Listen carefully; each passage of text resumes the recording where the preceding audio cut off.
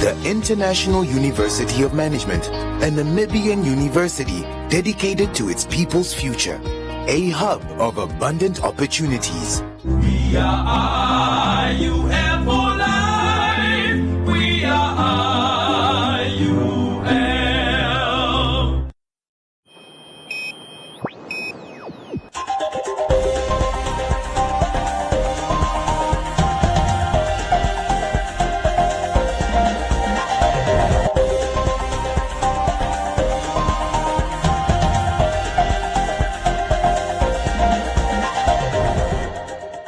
Good evening, I'm Maggie Forciero. In the news tonight, Congolese embassy in Windhoek welcomes new ambassador, mixed settlement gets first primary school, police and media strengthen relations, and farmer business school training to improve the livelihoods of rural farmers.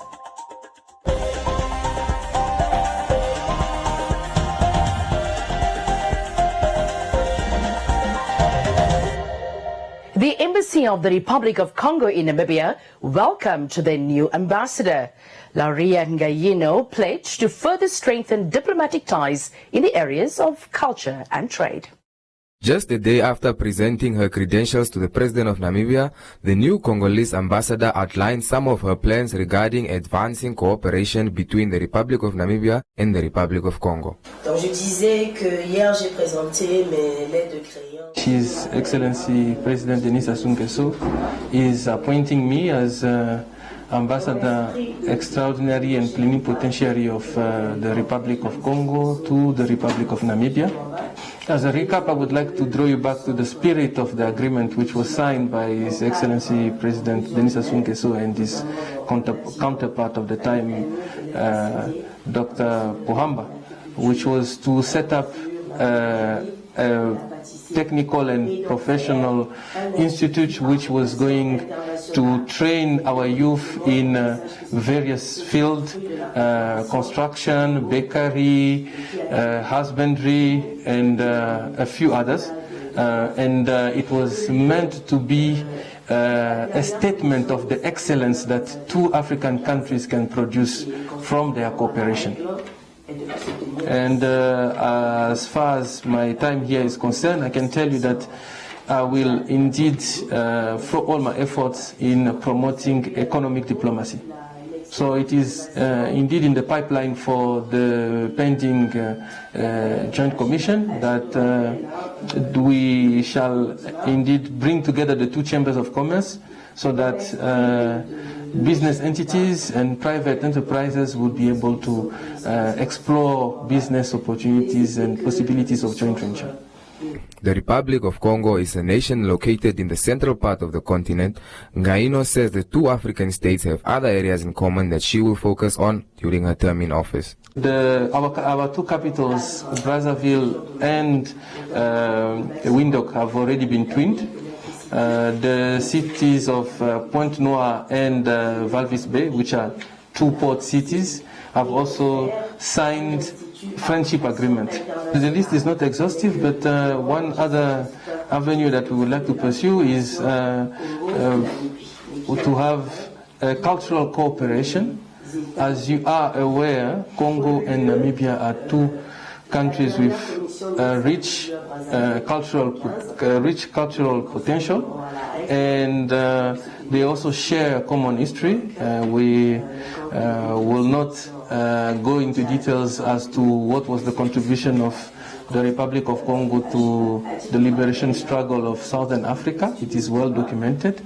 But for the history to be preserved and passed on to the next generation, indeed it has to be written down, and then it has to be kept alive through cultural activities that will ensure that what our founding fathers did is indeed preserved for eternity.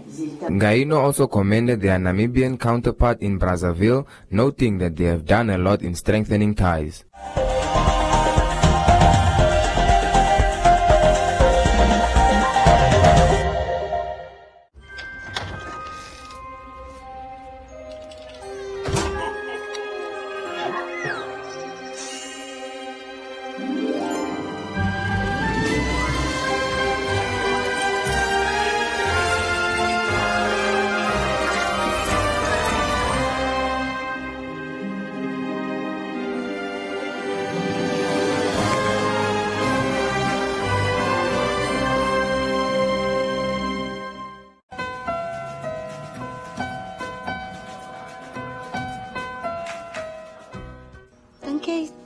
nog steeds abandonment issues. Is moontlik. Al ons moeite met die sprokies. Ek probeer so hard om my kind gelukkig te maak, maar ek kry dit nie reg nie. Probeer net help, dis al. Jy doen niks sonder bymotiewe nie. So jy hou van die tattoo? Nee. Maar jy kan nie liefde koop nie. En beslis nie myne nie. Jy regular. Am I that predictable? Jy is 'n gereelde klant en ons net so 'n manier om koffie te drink. How do you like your coffee? Gewoonlik swart sonder suiker. Does black and bitter only pertain to your coffee preference? Ek hou maar net van my koffie sonder melk. Hoe gaan ek 'n bal raak slaan na 2 glase wyn? That was part of my plan. Wat? Om haar tipsy te maak sodat jy kan wen. I'm terrible at pata.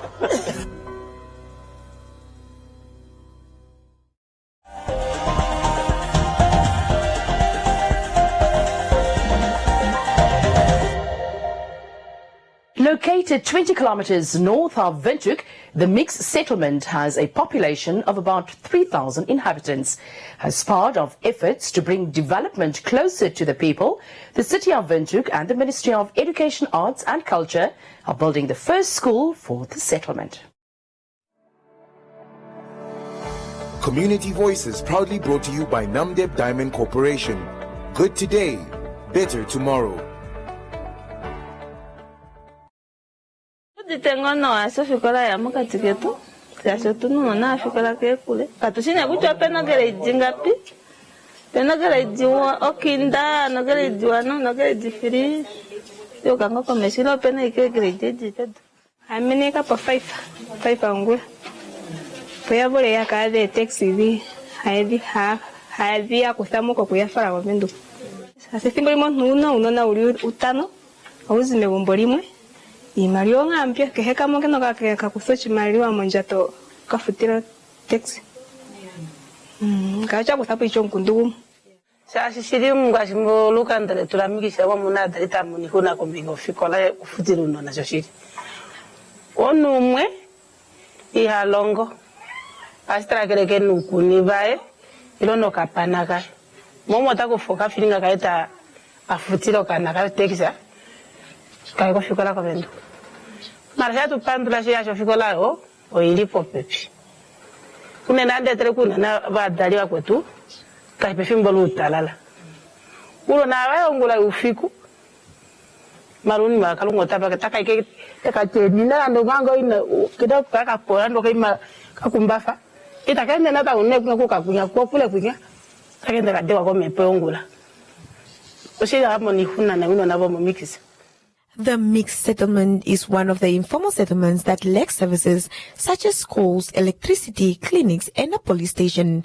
This year, the first school is being built by the Ministry of Education, Arts and Culture and the city of Windhoek in the settlement. The former mayor of the city of Windhoek, Francina Kahungu, said that there is a need for a school in the settlement as many children from the location have to travel a long distance to go to school in the city center, adding that this will lift the burden of parents having to spend money on transport. Mixed settlement residents have been crying for services such as schools, clinic, and also mobile police station. We are thankful that at least now we can see the school. And by indication, this you can clearly see that come the year 2022, the school will be open to all school-going children here. From the information from the Ministry of Education, Arts and Culture, the school will be first just a primary school. And there later on, extension will be made. Parents and learners have been suffering for a long time because many children are going to school there at the city center of Windhoek.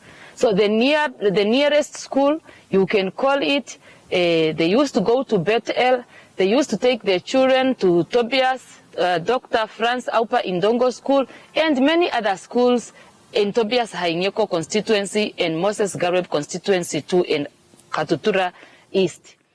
Kahungu further said that the settlement will see improvement on development with projects in the pipeline such as sewage and drainage system. Community Voices proudly brought to you by Namdeb Diamond Corporation. Good today, better tomorrow. Nampol's Commissioner Ishmael Basson has called a meeting to engage with the local media houses.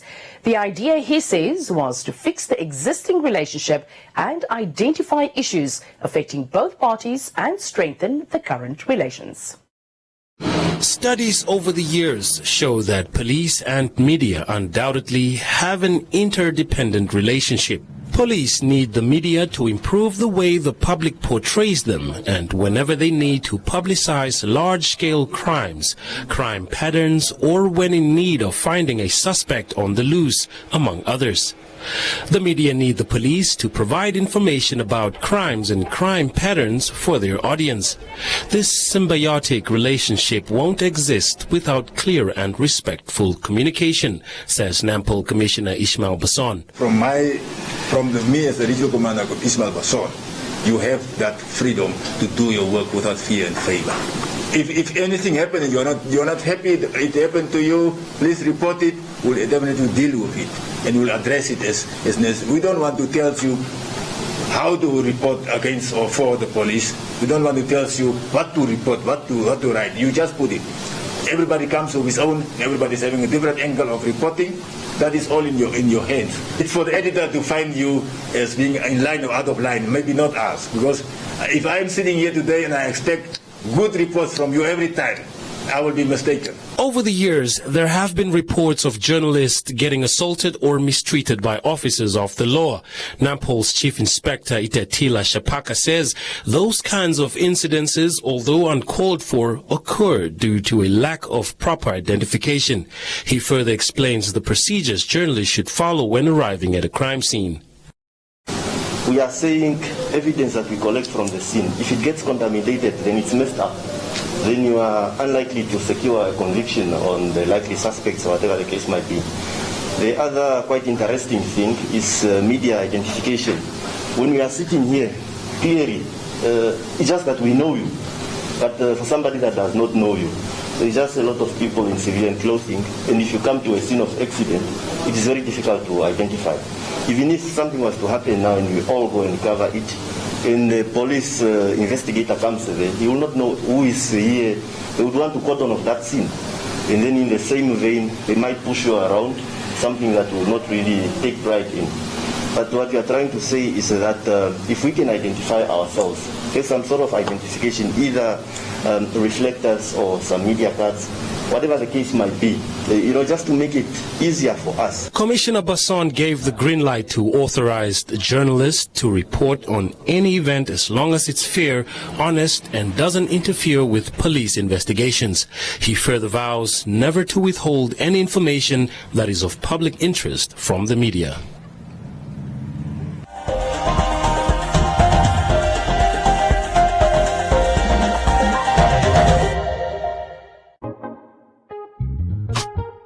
Every Saturday at 7 p.m., you can stay true to Namibia Sounds with the Valentine's True Music Sessions. Only on 99 FM. Stay tuned. Stay true. There's no wrong way. Valentine's. Not for sale to persons under the age of 18. Drink responsibly.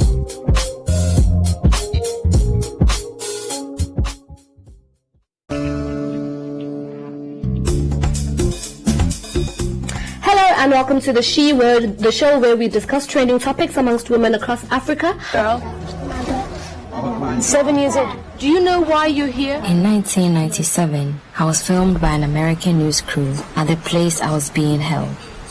A shrine run by a priest dedicated to the worship of deities. I was labeled a Trikoshi, a wife of the gods, paying for a crime committed by a family member.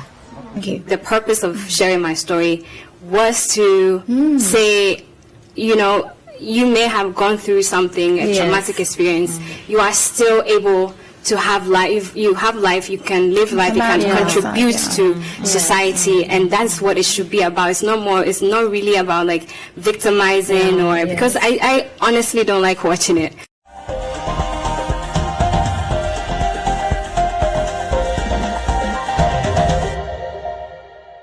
GIZ, in collaboration with the Red Cross of Namibia, provided training to rural farmers in the Sibinda constituency at Kasheshe to train and educate them on how to turn their farms into a profitable business.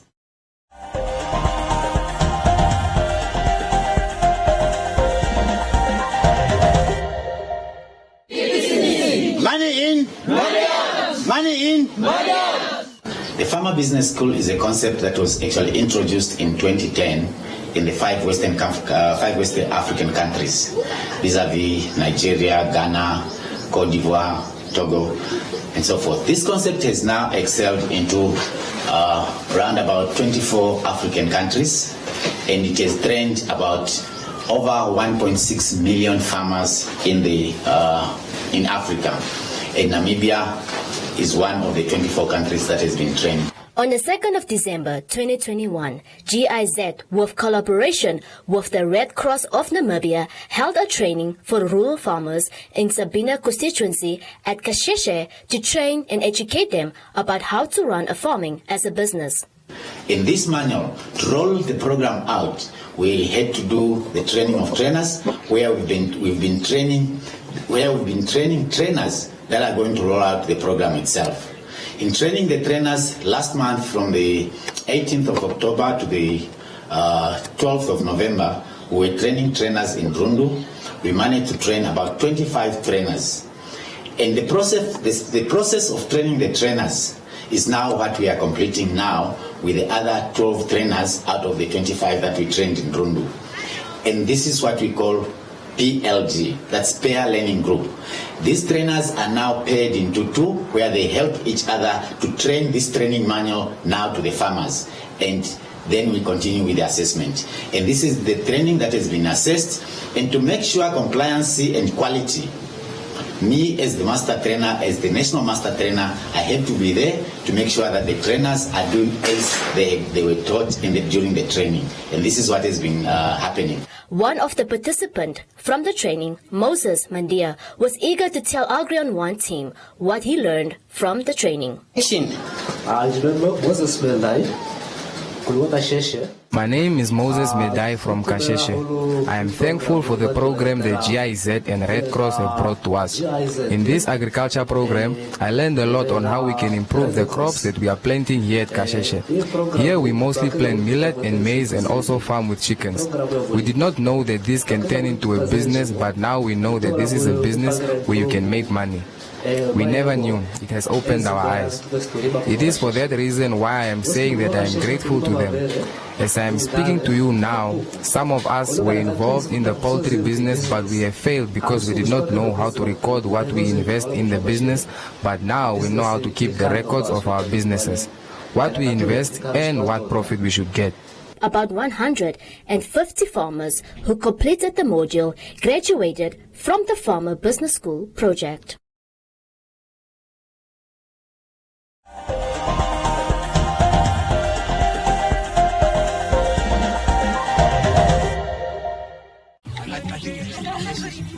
A girlfriend. Definitely.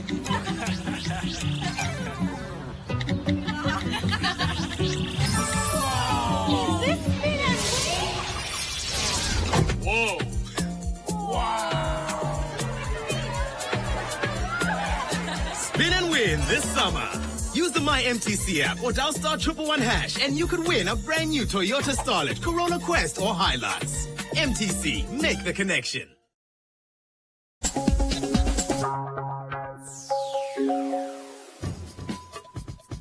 Hi, welcome to the program. I'm Debula. So let's get on the road with this. Having someone who likes what you like can be great. It gives you something to chat about and share with each other, yeah? But what if you both want to be at the very top of what you're doing and your main rival is your brother? Can you imagine? Mount Nyiragongo, located in the Democratic Republic of Congo, is one of the most active volcanoes in the world. It's found in the Virunga Mountains and located 6 miles from Goma. So what caused Mount Nyiragongo to erupt? This is Women in African Music virtual exhibition. It was created by the British-Nigerian documentary photographer Michael Tubes. Women in African Music exhibition is about celebrating our women behind the scene and our women performing on the stage.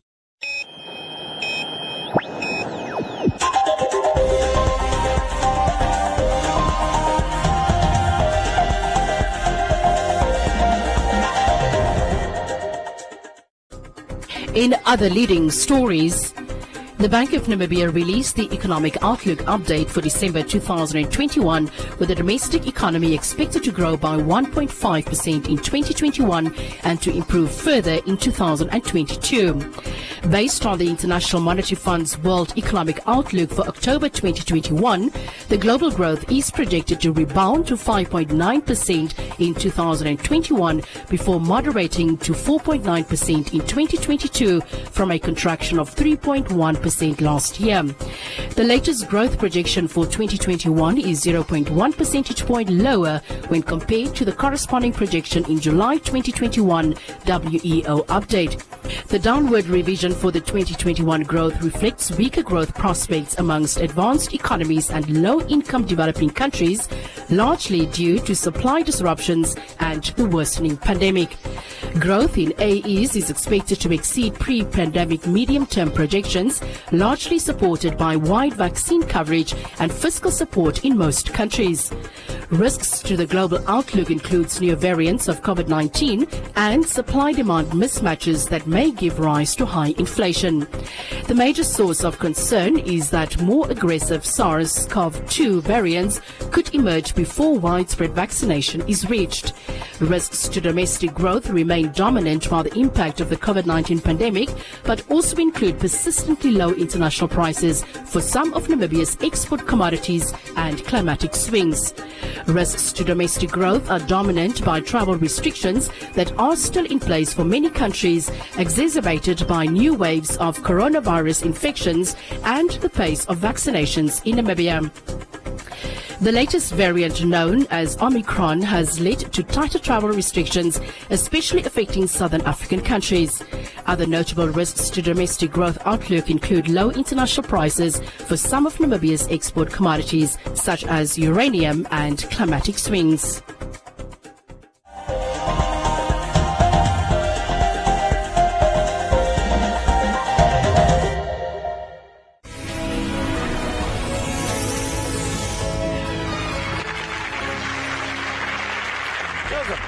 Was in and out of prison, dealing and doing drugs. Then a drug deal went wrong. Joseph was robbed, handcuffed, and scared straight out of the business. For 6 months, he roamed the streets as a homeless addict. Then one night, in a baseball dugout, Joseph met a stranger who totally changed his life. I stand in awe of the power of the God who's our creator. And Terry and I sit here on this program, and the Lord speaks to us, and it's the word of knowledge. It's one of the manifestations of the Holy Spirit. Something not always godly. Not always, that's right. That's right. Well, there's a lot of negative voices out there, as we know. Yes, there are. And so how do you know when it's God saying, Perry, I want to speak this to you right now?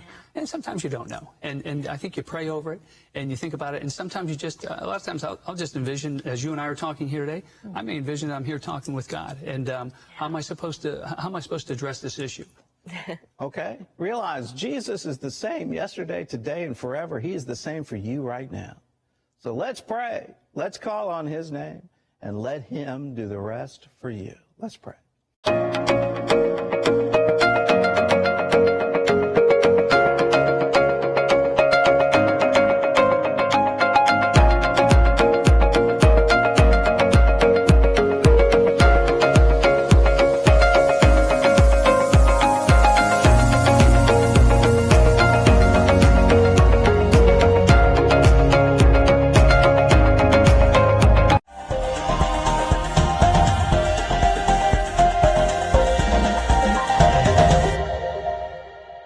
Time now for Business on One with Joseph Shifeni.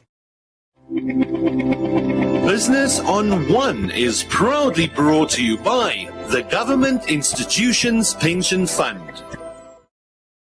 Welcome to Business on One. I'm Joseph Shifeni. The National Planning Commission Director General at a recent conference expressed optimism that renewable energy projects, including those that are in the pipeline, have the potential to turn Namibia into an energy hub. Currently, Namibia imports up to 70% of its electricity from neighboring countries. The Namibian government plans to increase the share of renewable energies in its electricity generation from 30% to 70% by the year 2030 in efforts to grow and improve energy supply stability. This will reduce Namibia's dependency on electricity imports and minimize negative environment impacts from fossil fuel-based electricity supply. The National Planning Commission Director General Obed Kanjode said this can be achieved with stakeholder collaboration on projects that are currently under development. And the very issue of green hydrogen and the effort and cooperation between the two countries may drive us to actually contribute as a dry country with the smallest footprint of carbon dioxide emission to how we as Namibians contribute towards de-risking the climate. And at the end of it all is we will be catapulted into an installed capacity beyond the operationalization of any of these pilot plants into supplies of installed capacities that we've never seen before. So the future of us, all of us, a chance to a cleaner and green climate. It offers Namibia the prospect of chartering new installed capacity territories, and hopefully we will break ourselves loose from dependencies of power supply from others. Namibia's bulk power supplier Nampower said it is well on track in extending the country's electricity generation through renewable energy sources, and in doing so supporting the government in its plans to attain self-sufficiency. I would like to emphasize that Nampower is committed to support the Namibian government's objectives as set out in the national planning policies, and in particular the National Integrated Resource Plan, NIRP, and the 5th National Development Plan, NDP5. Furthermore, BEST projects will contribute towards achieving the National Energy Policy target of 80% of energy requirement from local sources by 2023, the Renewable Energy Policy target of 70% by 2030, and will assist in overall reduction in the cost of energy to the customer. Nampower also says efforts to attain self-sufficiency are already attracting private sector investors in solar and wind power plants, as Namibia has extraordinarily good wind and solar resources. This could mean an additional 300 megawatt and 200 megawatt wind plants for the local grid in the near future. Business on One was proudly brought to you by the Government Institutions Pension Fund. And that is all we have for you. Be sure to follow us on our social media pages for more on the business front.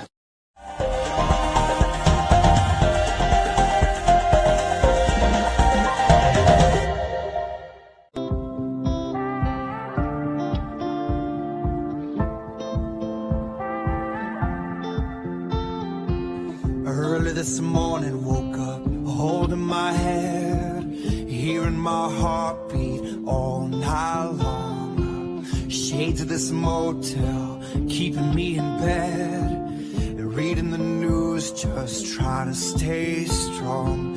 I need to just get up, take a deep breath, keep it together, 'cause it's a beautiful day.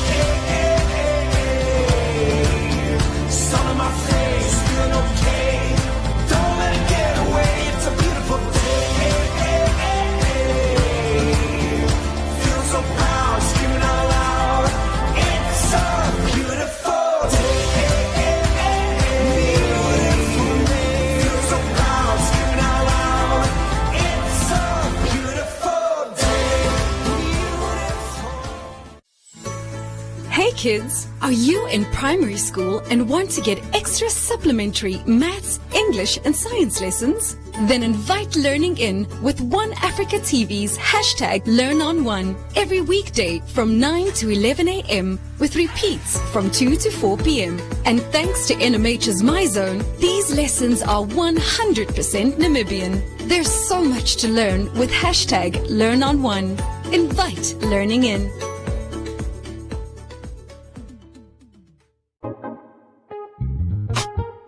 Every Saturday at 7 p.m., you can stay true to Namibia Sounds with the Valentine's True Music Sessions. Only on 99 FM. Stay tuned. Stay true.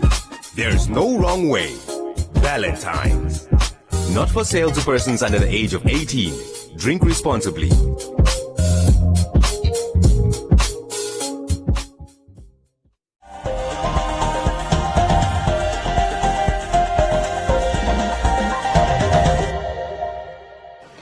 Time now for Comments Corner, your daily dose of comments from our social media pages.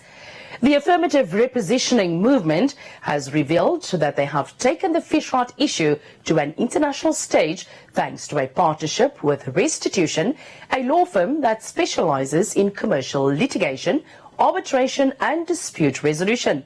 The goal of the partnership, according to Job Amupanda, is to ensure that all assets associated with the fish rot scandal are recovered and invested in Namibia through the Namibia Recovery Fund. Philip prays that the AR is protected with the big task ahead, adding that it won't be easy.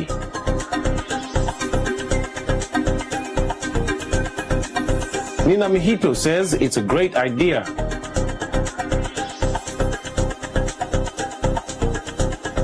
Olga says it's nonsense.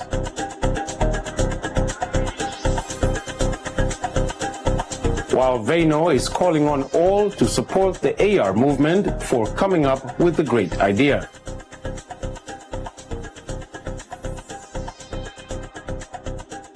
That is all from Comments Corner. Be sure to post your comments on our social media pages for broadcast only on Today on One.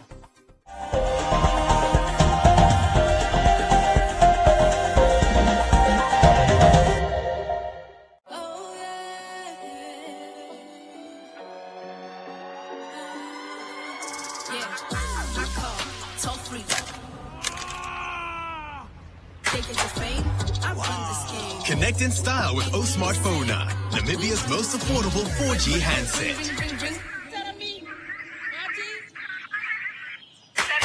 Enjoy high-speed connectivity to music, videos, and social media. Experience life on the 4G fast lane when you swap your 2G or 3G SIM for a free 4G SIM. Get it all for only $4.99 Namibian dollars, and you can make the connection with MTC. More than ever before, football fans demand unique insight and analysis. The Football Review is much more than a highlights show. Bold, provocative editorial that goes beyond conventional reporting, setting the agenda for football discussion. Champions League, Premier League, La Liga, Serie A, Bundesliga, Liga 1, and much more.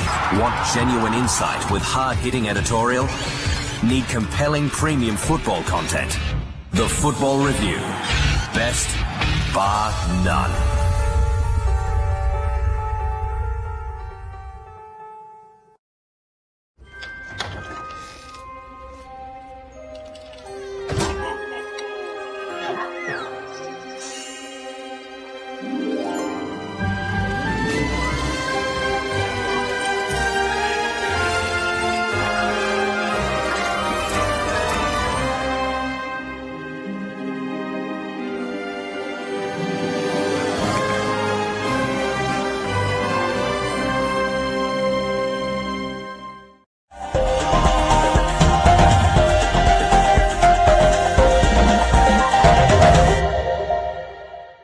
And looking back on the sports front this year, the Paralympic team that represented the country at the Paralympic Games in Tokyo, Japan, were recently awarded by Sisa Namanje and Company under the Sisa Namanje Foundation for their exceptional performances at this year's Games.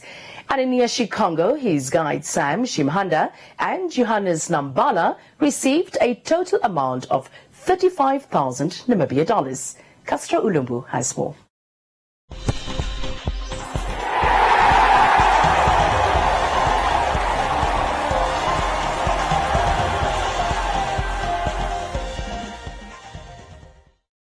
Established in 2020, the Sisana Manje Foundation was founded with the idea of uplifting communities that come from less privileged and vulnerable backgrounds. Thus, the foundation has awarded the para-athletes that represented Namibia at the Tokyo Paralympic Games that took place in Japan in August and September this year. At the awarding ceremony, the chairperson of the Sisana Manje Foundation, Taimi Amupanda, announced the pledge of 15,000 Namibia dollars to Ananias Shikongo, 10,000 Namibia dollars to Guide Sam Shimanda, and Johannes Nambala also receiving 10,000 Namibia dollars. In terms of our mandate, obviously there are categories that we do give donations to, sponsorships and whatever, primarily education, welfare, social welfare projects, and then we exercise a discretion where the need arises.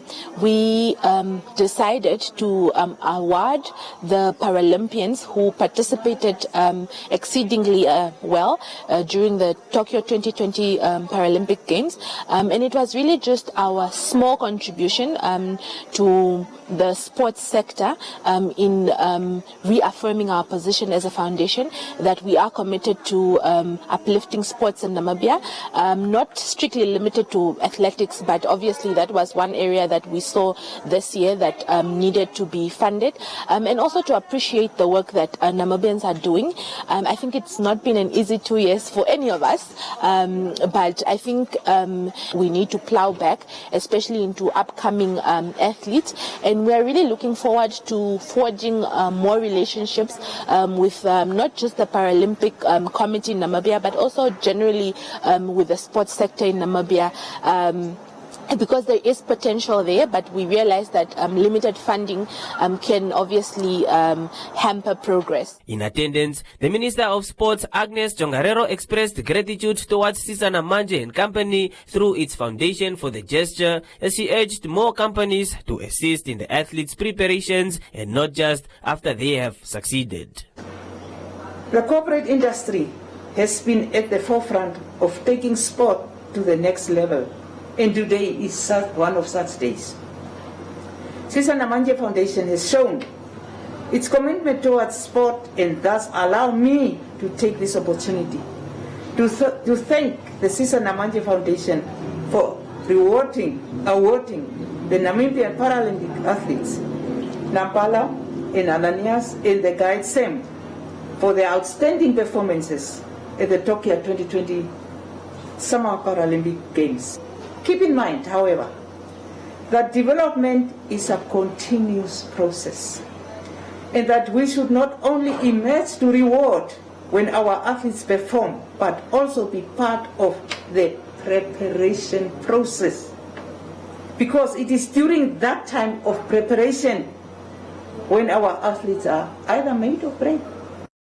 Namibia was represented by 3 athletes in 2 disciplines at this year's World Showpiece, returning home with 2 medals, a silver medal in the T11 400-meter track race event courtesy of Ananias Shikongo, and a bronze medal from Johannes Nambala in the T13 100-meter track race event.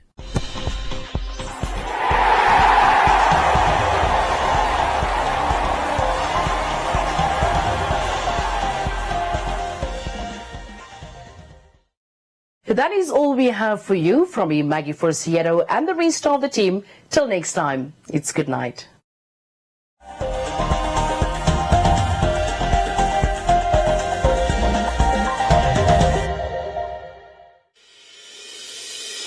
The International University of Management, a Namibian university dedicated to its people's future, a hub of abundant opportunities. We are IUM for life. We are IUM.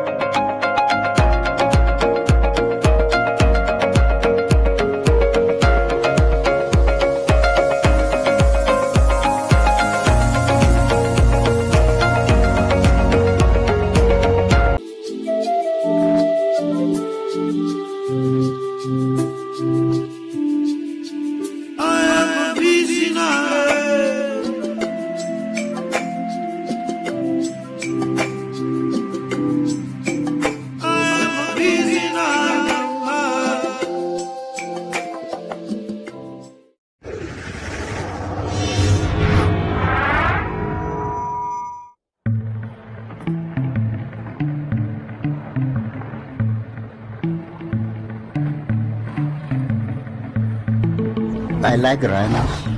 I like them very much. Future here in this area is depending on the tourism. The future generation, they can see and they can benefit from their own resources. Animals like rhinos, elephants, the big five, you benefit from them and it must be respected.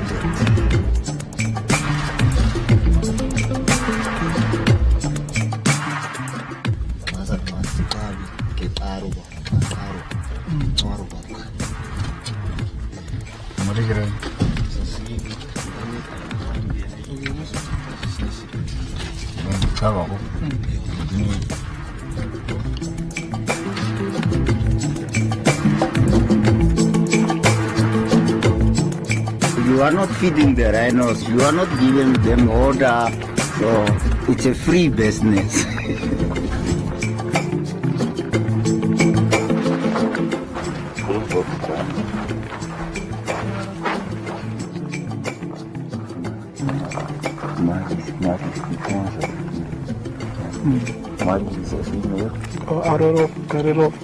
I take two of my sons, which was little bit 5 years old.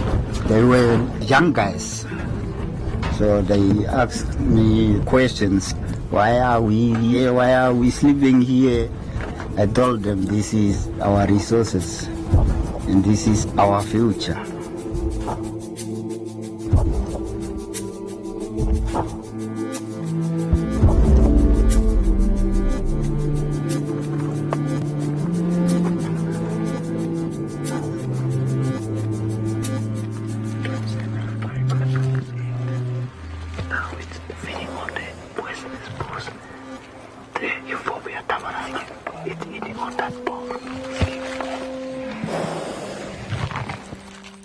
My first memory of going with my dad is that I learned new things. As I grow up as a man, I see an opportunity in it. So I decided to look for a job pertaining to tourism. So that's when I was employed at Palamba. So I decided to go for tour guide studies because I grew up with the tourism industry, the wildlife, the rhinos and everything, to bring that experience to the tourists. You can see the hyena. The biggest changes, I was employed, getting paid, and also I can now support my family.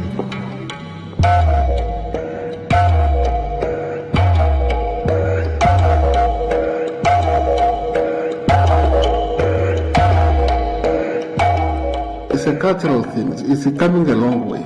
Even if you go to area like Treverfontein, area was a lot of paintings. You will see rhino engravings on the rocks. That is an indication that the interaction between human, especially the local communities and wildlife, is dating back. That intimacy relationship is coming for a long time. We are right here now at Palamba, and Palamba is one of the big lodges in the heart of the desert. And as you can see there is Jumbo standing behind me, which shows it's really a tourist area. We do have elephants, lions, but as you can see, the desert is the heart of the rhinos. This is the main breeding area of the rhinos, is what we found here in this desert. It's the largest free-roaming population of black rhinos that you find outside national parks in the world. It's a population that communities in the Northwest have taken responsibility themselves in managing this population with the structures that government has put in place, more specifically the establishment of conservancies. These people, before independence, they took it upon themselves and decided that wildlife is our heritage, and through history we've been living with wildlife. And having wildlife in your area is like having a garden. Because of all these animals, we've got the communities that benefit from all this wildlife, and it's like a triangle that fits into each other. And the communities looked after the wildlife doing their own thing, and the communities benefit. So already there were this intergenerational relationship between mankind and wildlife, and that bond is what our people actually wanted to see it continuing. Very few countries have the wildlife that Namibia has. What is also important is the policies that Namibia has put in place, which also involves communities to be engaged in the management of the wildlife species and also to benefit from the wildlife resources. Turn conservation into a rural economy, turn conservation into endless opportunities that would actually cater for those young people that have nothing else to do. If it was not for rhino economy and tourism in this area, it was really difficult for young people to get or find a job. We are conservation engineers. We make conservation work in an unfenced area, and through that, we want to turn the wildlife into the rural economy that will benefit the rural communities. So we can see now wildlife is doing very well, the lodges are doing well, and the community is also benefiting. So it takes all three together. Devastating hit over coronavirus fears. Airline industry is facing its biggest threat to travel since 9/11. Since March, when COVID-19 hit Namibia, things actually become very difficult. In the first place, all the lodges closed down because of COVID-19. With us, Save the Rhino Trust, we had some donors cutting on their funding. And then we had, in the same time, a poaching case of 2 rhinos that was poached. We had less boots on the ground, and poachers could actually see. Now each of them changed to go in and do something. So COVID-19 was tough on all of us. Ginger Morning, who is one of our trustees, actually came up with the idea of, why don't we ask you to go to buy some gold for us and make gold bars? And then we sell them for the rhino conservation. I was fortunate enough to have a chance to have lunch with Clive Johnson, the CEO of B2Gold in Vancouver, Canada. And I looked at Clive and I said, we've got rhinos, you've got gold, let's do something. Let's create a coin or a medallion or a bar using your resource to create a sustainable source of funding for rhino conservation for the future. There was it. The gold was bought, the bar was made, and I think it was 31st of January that we launched the bars in Windhoek. And suddenly one morning I had an email from my office, from my finance person, saying, these people don't have salaries. So I said, oh, what now? So I picked up my phone and I phoned Mark Daw. I said, Mark, I've got this problem. He said, but we've got a fund already ready for you. You just have to apply, put a proposal in. 1,000 ounces of gold can make an enormous difference to the livelihoods of the communities that live up there. We are, in essence, providing income and providing a livelihood to the communities. In the absence of tourism, especially now with COVID-19, even prior to that, when we had such a bad drought, the communities became even more dependent on the natural economy. The idea is to make this a fund that will last for the next 25, 30 years, or even longer. And a portion of that will be distributed immediately as needed. And in this case, the COVID-19 crisis necessitated us to distribute funds to pay salaries to help people in the field. The proceeds of the sales from the gold bars will be going towards responsible NGOs. And we've identified Save the Rhino Trust as the key NGO. And IRDNC, one of the first organizations that was in the Northwest, integrated rural development and nature conservation, so that ultimately the funds go to the communities and various aspects of their war on poaching.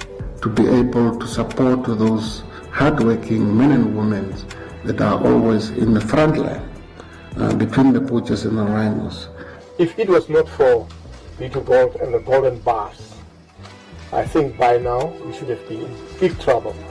By extracting the gold, you reinvest it in other renewable resources. The gold that's coming out from the ground is actually protecting the wildlife that's working on the ground, which is a very good symbol for the others. I wish this was my bar. This is the 500 gram gold bar. So you'll see on this side you've got the Etindeka Mountains and you've got the mother rhino with her calf. And then on the reverse side, we've got the serial number You've got the Rand Refinery stamp, which is very important. Anywhere in the world, people will recognize the stamp and they will know that this bar contains 99.99% gold. It is gorgeous. We wanted to make a biggest contribution. And at Ballowwood, we see that as a way of giving back to the community. Okay, so there you'll see the 500 gram bar. Very special. Feel the weight. It's incredible. This opportunity which presented itself is absolutely a once-in-a-lifetime opportunity. We're privileged to have this. This is just absolutely gorgeous, and I think this showcase really what the project is all about. It's from 24 karat Namibian gold. I'm looking at these rhinos is put there like Miss World photogenic, I would say. There are only 1,000 of these gold bars, rhino gold bars, in circulation. As far as I'm aware, it's the largest single donation of any corporate to the conservation of biodiversity anywhere in Africa. Therefore, we so much appreciate and would want to continue as a government to work with B2 Gold. And the fact that it's happening here in Namibia is something that we can all be extremely proud about and very grateful to B2 Gold. Thanks to having this literal pot of gold through the funding for the Rhino Gold Bar, we're able to step in now and make sure that those trackers are supported, and so are their families and their communities. We make sure that people sustain their jobs going forward, and who doesn't want gold? And the B2 Gold Rhino Gold Bar has come in at a really critical time now, particularly with tourism being closed off and those forms of revenue not coming in. To say we have the biggest rhino population or black rhino population in the world, let it be for the rest of our lives. And it's that heritage that we have, it's our resource that we can all look after and protect. It's our heritage. And it's also good that other people like B2 Gold are also seeing it that way. It's actually a very nice link between the investor that buys this gold bar, the rhino tracker in the northwest of Namibia, and the black rhinos. It's an intergenerational thing. The rhino trackers teach their children how to track rhinos, their children get taught, and so it flows down. This is something that I want my children to have, and that we leave a little bit of a B2 Gold legacy. And if I can be part of that as part of my family, I'd be very proud. It can also become an inheritance for the generations of my own clan. My children, my grandchildren. If we can bring that passion over to future generations and to hand that over to my children, and I hope that that same passion for conservation gets migrated over to my kids. And what we've done together is create a sustainable source of funding that should outlive all of us.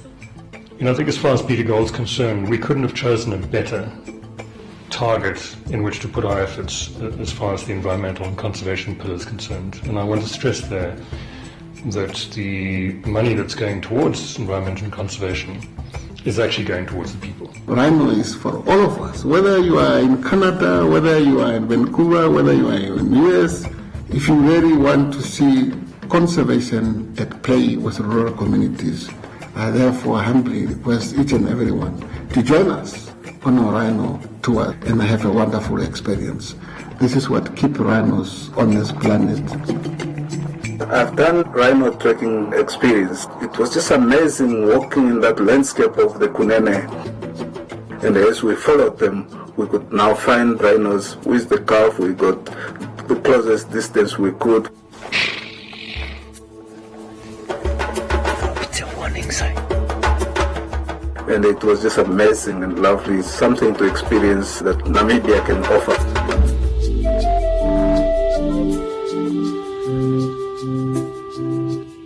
It's something that you have to do in your life.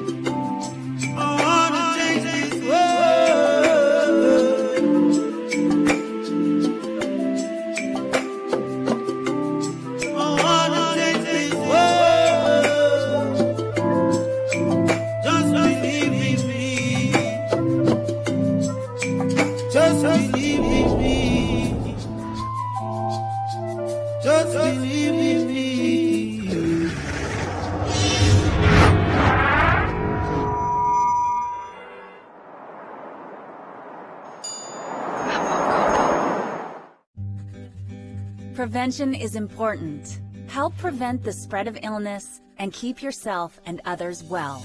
Hand washing is one of the most effective ways of preventing the spread of germs.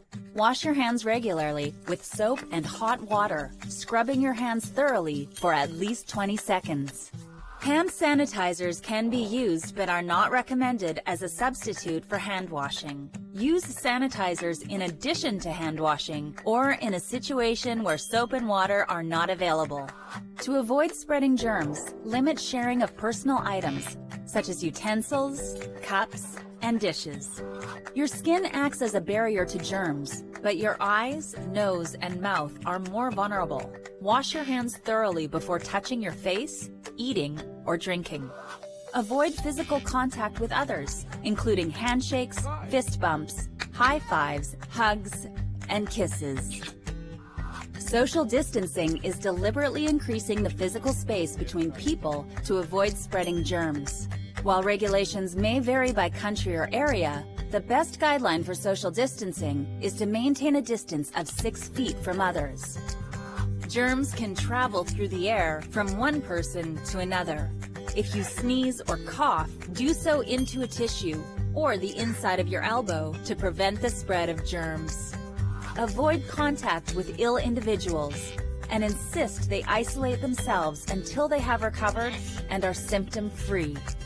Clean and sanitize frequently touched common surfaces and high-traffic areas in your home and workplace several times a day.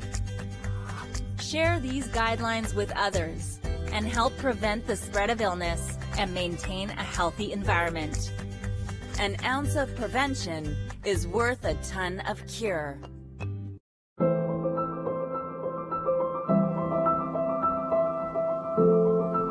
We know the world is a crazy place right now, but don't panic. Take a breath, slow down, or better yet, stop completely.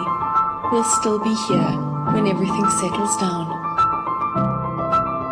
In this time of uncertainty, look to nature. She has all the answers, you know.